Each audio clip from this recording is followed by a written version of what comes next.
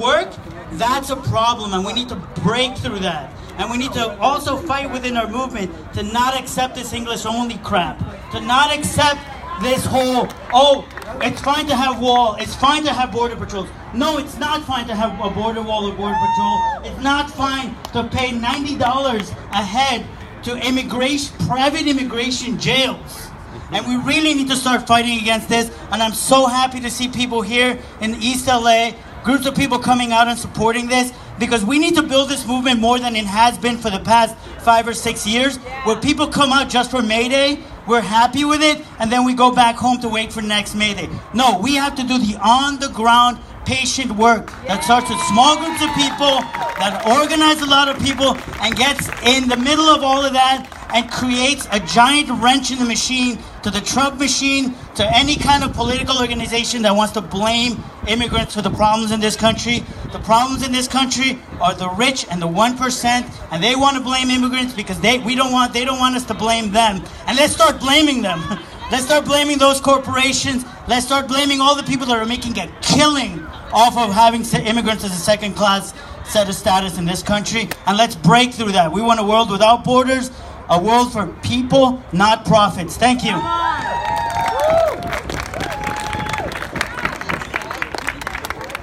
Victor Fernandez with Cal State LA. Fernandez, I think I said Hernandez earlier. I want you to take a look over there by the lake. I want you to see the beautiful quinceañera. That is our culture. When you see a quinceañera going on, we keep gentrifying. We're not going to have those quinces over here.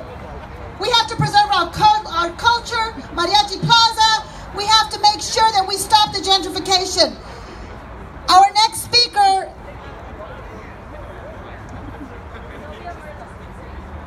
Thank you.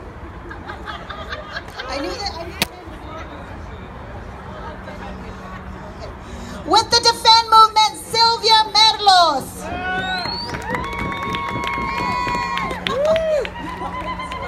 Thank you. Thank you, everybody, for being here. Defend Movement has been working a lot in Southeast LA, defending our undocumented communities from attacks, from people coming in, wanting to call ICE and deport people at city council meetings, trying to get these cities to take back their sanctuary status, and we've been pushing back against that. And we've been pretty successful at running out a lot of these big crowds of neo-Nazis that were coming in. But we're here today because this is a problem that all of us should stand behind. We should all be supporting the undocumented community. And for me, it's actually a very personal story. My mother both my parents were undocumented immigrants from El Salvador. I grew up with my mother as a single mother. And she was undocumented and extremely hardworking. And the only reason she did get her residence is through amnesty. So in the 80s, she was able to become a resident. And you know what that did for our family is incredible. It gave us so many different opportunities. I was born here. Most of my siblings were born here except for my oldest.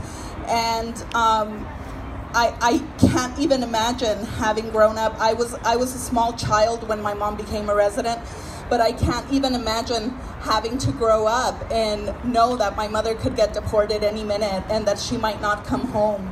And back then, the environment was not as aggressive as it is now. I know recently there's been a lot of talk about DACA, but it's not just DACA. It's not just DACA recipients. And it's not even just undocumented immigrants. It's all of our community, the entire Latino, Chicano, indigenous community, because it affects all of us. They're not looking at you and saying, well, she looks documented, but this one doesn't. We all get put under the same umbrella. We all get profiled in the same way. It affects my children who are second generation born here, but maybe it doesn't affect me as much because I tend to be lighter complected and the light eyes. My children are not. And it will affect them. And for me, this is a huge fight because we have to push for the rights of all of our community, including the undocumented community. I know there's a lot of rhetoric that where undocumented immigrants are a burden to our society. They are taking up resources from citizens, and that's simply not true. Most of these programs undocumented immigrants cannot access. We all know that. But one really important thing to point out is that California has the largest number of undocumented immigrants in the country. And California is also the 6th largest economy in the world. In the world. And to pretend that undocumented immigrants are not contributing to that they're not a major contributing factor, is wrong. Because the reality is that the state of California, 27% of the state of California is immigrant, but the gross domestic product, 33% is made up by immigrants. Out of that 700 billion, 181 billion of that gross domestic product is made up by undocumented immigrants. To put that into perspective for you guys, that is the size of the gross domestic product of the state of Oklahoma. Okay, so when people say undocumented immigrants are a burden to our society, they are taking up resources, we are paying for them, that's not true. They're paying for us. And we have to remember that. They are paying for us. They are contributing to this state that pays more to the federal government than what we get back. They are paying for other states. And because of that, we have to also protect them. We have to protect them, fight for better workers' rights for them, but we also have to protect their status and their safety in this country. We have to protect the safety of those children. We have children who are left behind after their parents are undocumented, and they're now out an income in their household. So these have real social effects on these children and on our communities. So I'm so happy that all of you are here today to stand with our undocumented community, and that we are all banding together to make a difference and keep them safe. Thank you. Thank you, Silvia. A little poetic interlude now. We have a student from Santa Monica College who has a poem to share, Olivia Ramos. Los que tienen letreros, por favor regresen si pueden. If you have your beautiful signs, your DACA signs, please come back up on the stage. Anybody carrying a sign, please feel free to come up here. We need your beautiful artwork up here. So don't be shy, no se me pongan tímidos, por favor. Si tienen letreros hermosos, tráiganlos. Hi everybody, my name is Olivia Ramos, and I just wanted to thank the previous speakers for sharing their stories. It's really empowering to hear from DACA students that have struggled and persevered in college. My love goes out to you all. Keep representing our people. Keep fighting for your right to education. I'm here to talk to you about my personal journey in America. You're doing good, girl. You're good. You're good. Woo! We're with you. We are with you. I am a first generation in the States, and when the applications for college were coming out my senior year, I was really proud to be going to college. I was proud to be representing my people, and I am the first one out of my father's side of the family to actually still be in college. I was going to be going to a school out in upstate New York before I came back home to go to a school in Santa Monica, and I left California thinking that the East was going to be the same as LA, but I was in for a big surprise. Being out there, I experienced a huge culture shock. I was out in a Catholic conservative college, and a majority of my classmates were for Trump. And it was a very uncomfortable experience, and I faced something that I didn't think I would ever have to face firsthand, and that was racism. You got this, girl. We're with you.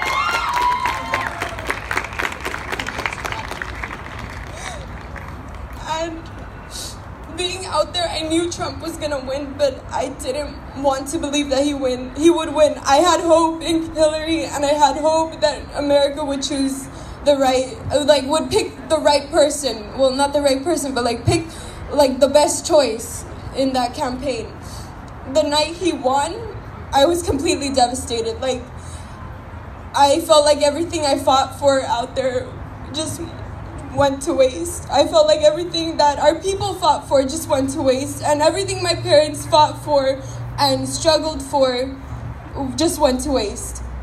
And there was no type of support from my family that night. And as well, when I came back home, my family tried shutting my mouth. They tried discouraging me from protesting. And even my friends out in the East, there was no type of support from them. And the worst part was I listened, and I stopped protesting. I stopped speaking out against Trump.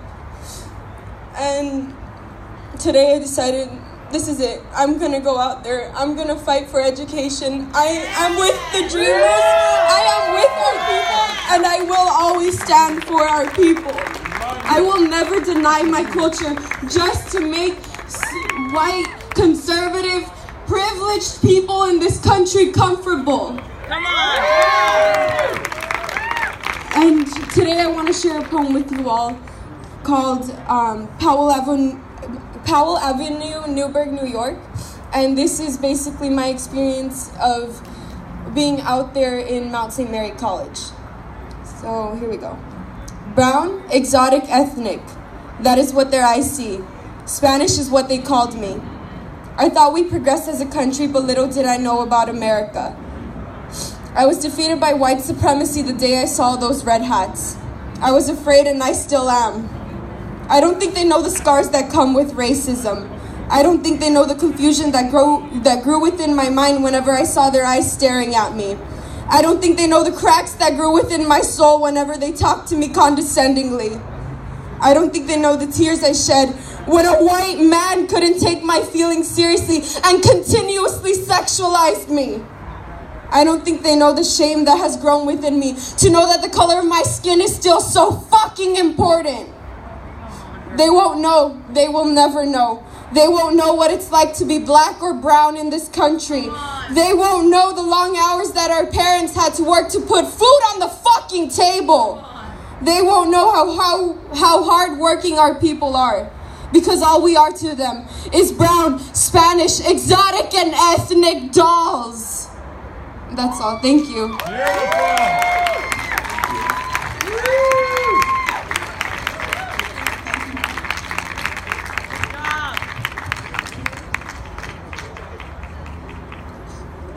We are strong, empowered, Chicanas, Latinas, Hispanas, los que nos quieran nombrar. My mother who worked 2-3 jobs, widowed at 35, raising 5 kids by herself. I know the struggle.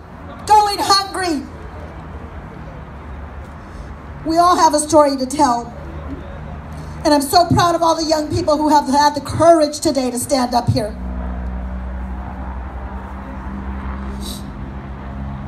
I'm sorry, that one got to me. It's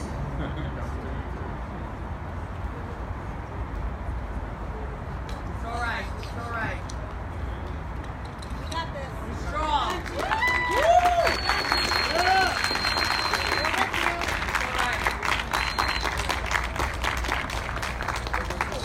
You know, I got a very special phone call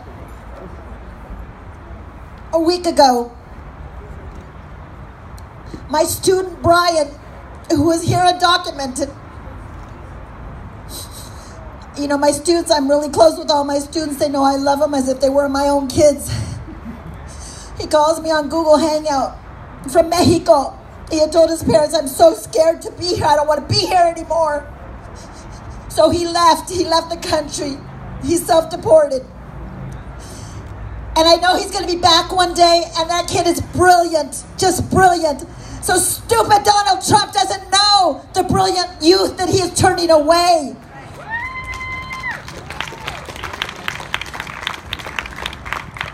Our next speaker, let me make sure she's here, Lucia Buenrostros. Lucia? Lucia Buenrostros. Okay. We will go on then.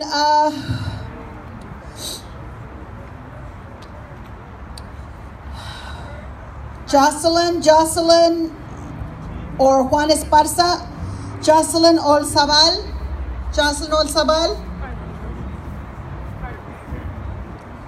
Okay. All right. Our next speaker comes to us out of a story that I know very well. I've got a huge family in Texas and all over the place, California here, and I have some cousins. You know, my family just ran the gamut of, like, you know, we've got lawyers, we've got engineers, we've got everything. But we had some cousins who got wrapped up in the gang life, who have been in prison, who some of them worked their way out. But our next speaker is from the Gangs to Glory Opportunity Foundation, Carlos Heredia.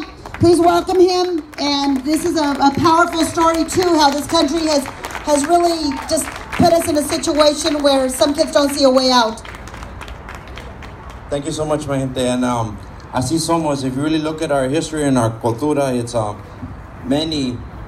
America didn't save us, but we saved ourselves from Zapata, from Pancho Villa. So I just saying that we continue to save ourselves as long as we come and united. I would say so. What I was saying, I thank you so much. I actually started going to college, East LA College, and writing things. So I prepared this speech. I'm in the field of building bridges, not walls. That's what everyone is doing here. But remember that when someone tries to make you bite into the stigma or to fall into it, I'm in the field of building bridges, not walls. Y unidos podemos. United, we can. I was told by my English teacher, a political movement won't take place until a social movement takes place first. We, the people, the most powerful first three words in the American Constitution.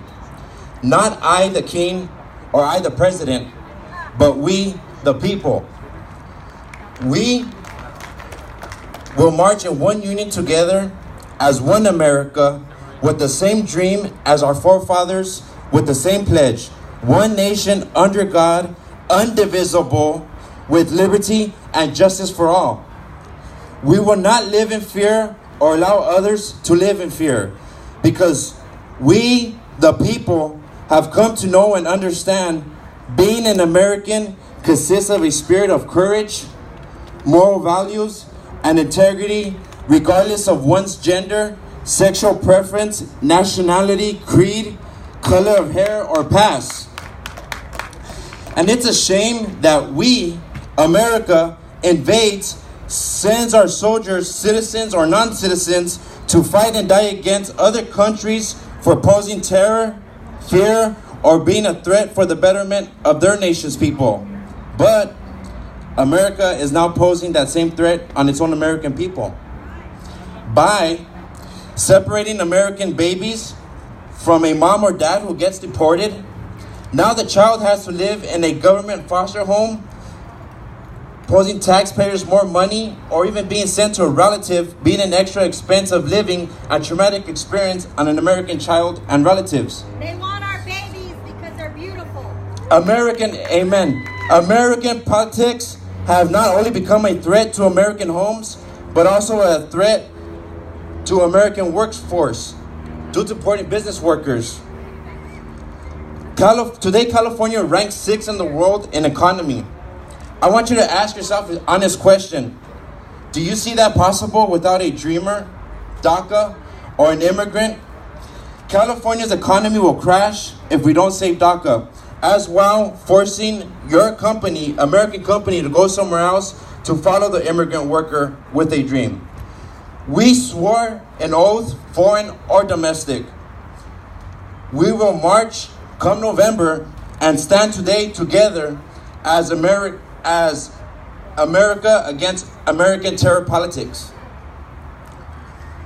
As Abraham Lincoln raised the Union flag, the American flag that stands today, after winning the war against the Confederates to end slavery, he said, "After I raise it up, it's up to you to keep it up." And we will not move back, but we will march forward for the betterment of the people. Save DACA, save the people, and may God bless America. Thank you.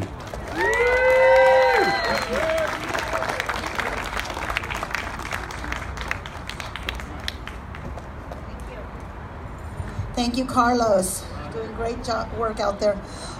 Next we have my sister. You know what? In case you got, I have so many sisters in the struggle, but no, in case you got here late, she spoke briefly and gave the invocation here for the indigenous lands that we stand on, but she has so much more to tell. She has been like me in the struggle since we want to say the 60s, the 70s. I don't go back to the 50s, I can say that. But for all of you who were there, all right, more power to you.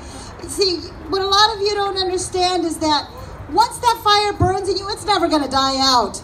That fire, that passion for justice, for... All right, my sister Lydia Ponce. Such an honor and humbled to be here. I was reminding our sister over here, the young one, if they see you cry, you don't tell them, you made me cry. I'm crying for my people. I am crying for the ancestors to come and help us because you are not worth the spit in my mouth. I come from the West Side. The West Side, Venice, where 3 miles of beach back in the day was only for people of color, only black only, people who migrated, my neighbors, my relatives, my aunties, and my elders in my hood from Arkansas and Texas because they needed people to build the West Side, let alone Venice. There was a time when they couldn't even bury their relatives in the pantheon, in the cemetery. They had to bury them in the backyard. And that's relative to today. If you go to Smart and Final on Lincoln, that was a white-only pantheon cemetery. So for all the gentrification that's happened on the West Side, specifically in the 3 miles, 80% of Venice is now just, it's ruined. Ruined because of greed, ruined because of profit, because the same banks that redlined my hood back in the day in the mid-'80s and on didn't support anyone's small business plan or children for school or a car or help with a house note or any of that. What they're doing now is profiting off of the hyper gentrification and displacement of people. And in the mix are people who do not know their renters' rights, let alone rights as human beings or rights as undocumented, with preferential treatment of where the heck do you want us to move, far west, east if I work here. And the very same people who hire the undocumented people aren't stepping forward, they're just finding someone else. But the interesting thing that happens in the West Side is that when they construct or redevelop a place, a little craftsman home, they hire day laborers without gloves, without a hard hat, without the equipment, the materials to keep them safe. And I see these relatives up on these rolling bins at the top of these trash conversions, these rollaway trash from big semi-trucks, taking down a home that they have no permits to take down. That's another rally. The fact that they dig up for a 1-lane pool, a lap pool, it's odd how they never find any of the relatives that were buried there since Jim Crow days, because they know they have to stop that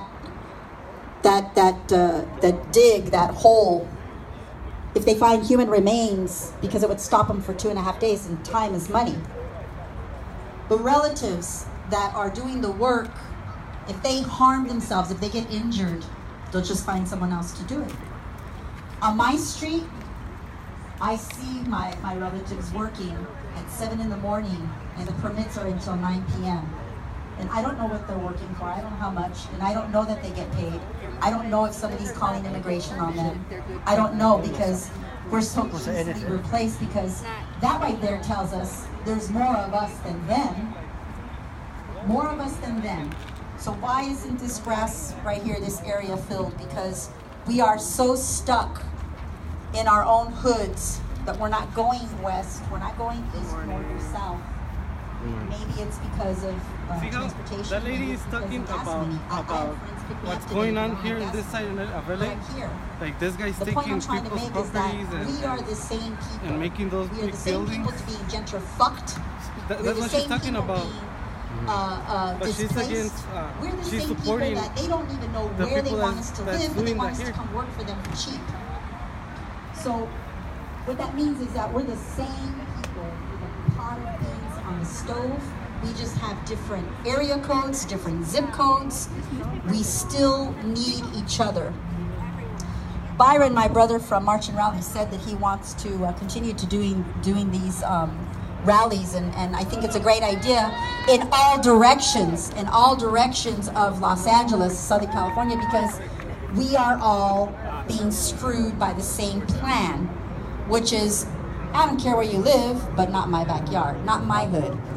I get asked when I'm walking my dogs, you live here? And I'm doing this. Of course. Yeah, I live here. But where do you live? They ask. Okay, perfect. Then None of your fucking business. make sure to check it out. And I say good morning to everybody. But before I can say good morning, some of them are like, where are you from? Where do you live here? The fact that the Garcettis of the past and our council people of the past are platforming on immigration and housing and employment, all these platforms don't mean shit, because they haven't caused for fixing the housing problem.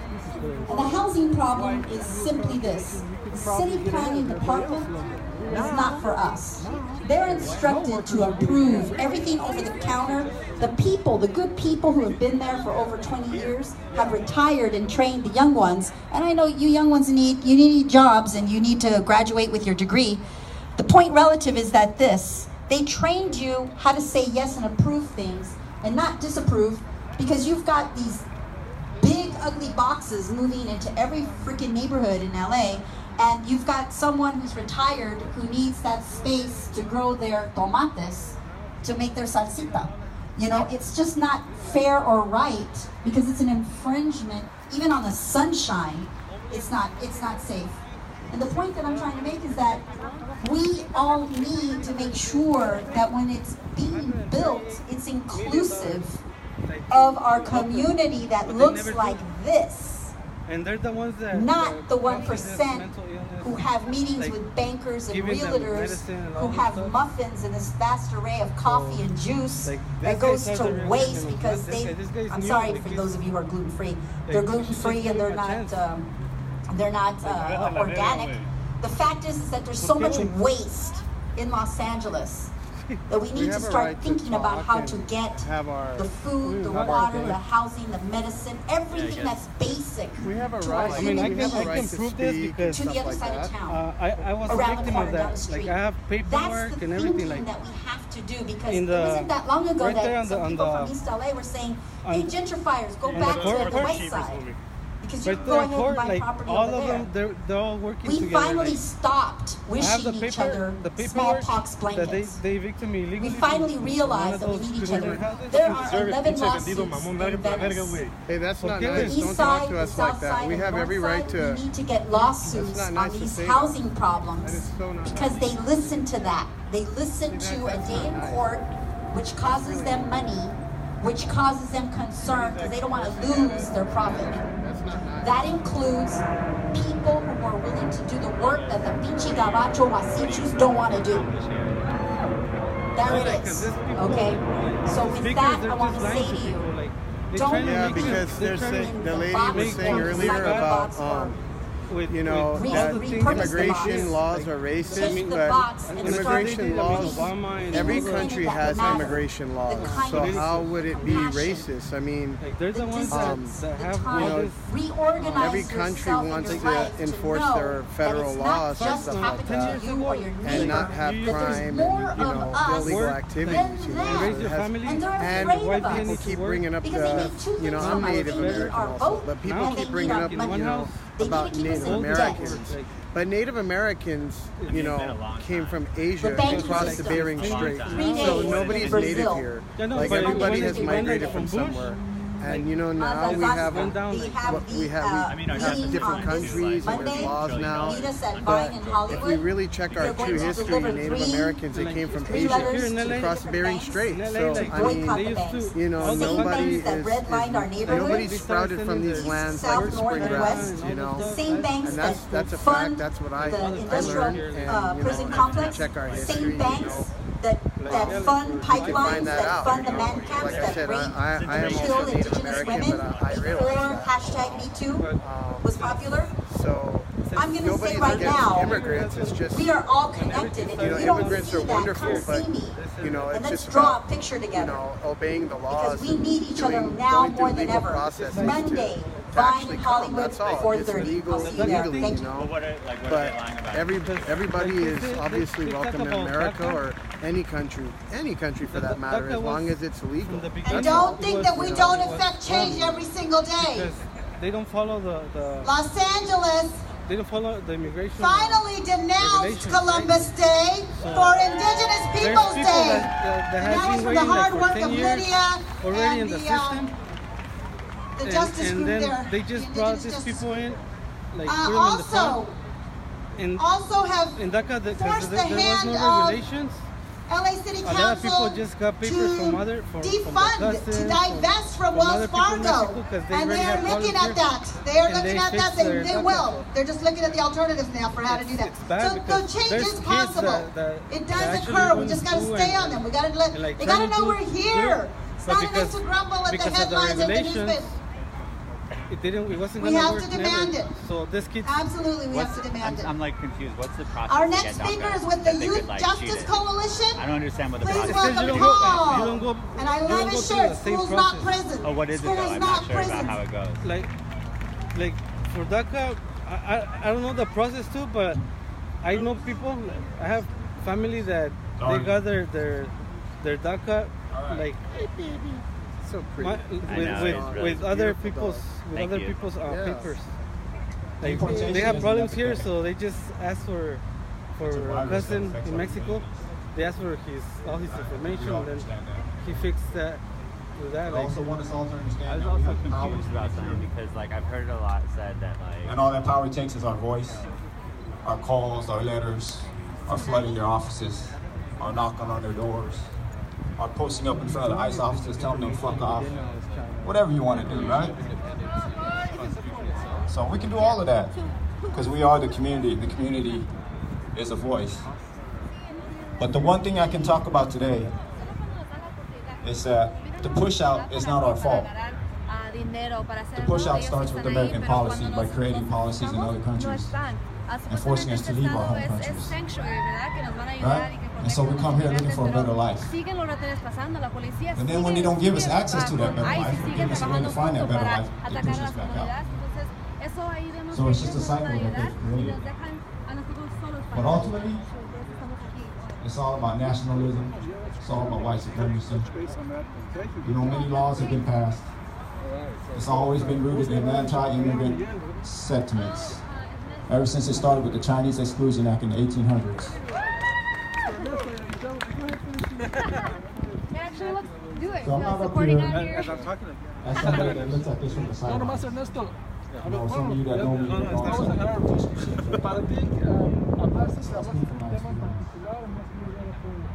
so what I can tell you that is a system that is not meant for us. So at that moment, I realized I need to get involved. I cannot just stand on the sidelines and wait for other people to find my own, fight for my own respect, dignity, and rights. I need to get involved because it's something that affects me personally. So as we go about our lives and our days, and And the things that we do, the choices and the decisions that we make, we need to look at that, really look at our neighbors. Right, when we talk about criminals, good immigrants, bad immigrants, whatever the case, we're all immigrants. We're all here. And a lot of the narrative is what we have to change. We have to change how we talk about our neighbors when we're talking to politicians. We have to change about the way we talk to our neighbors, about our neighbors when we talk to the community, to the press, like when we're out in public. We have to really look at that. Because ultimately we have to stand united. The war on drugs brought heroin and crack cocaine to our streets and destroyed our communities. And then they followed it with the war on youth and sent our kids to adult prisons. And now there's a war on immigrants. And so if there's a war on immigrants, we have become default, the enemy. And so if we remain divided, we will collapse, we will fall. We will do their job for us, for them. So we have to stand up and stay strong, regardless of what the next man has done, the next woman has done. And so I've been in detention twice. And so in detention, there's a broad range of people stuck in detention. There's people who have been put on gang databases that never knew they were on a gang database until ICE knocked on their door and took them in. Didn't have a single clue. So when we talk about criminals, those are the people that are also labeled as criminals. When we talk about people that came from work 20 years ago, got drunk in a bar, drove home 5 blocks, picked up a DUI. When we say criminals, bad immigrants, they fall in that category. That haven't done anything since, that have been out here taking care of their families, their wives, their children.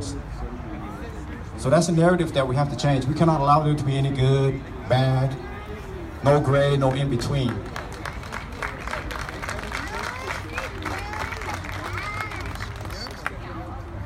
Because ultimately, as long as we do that, we will collapse. Every empire has fallen from internal division.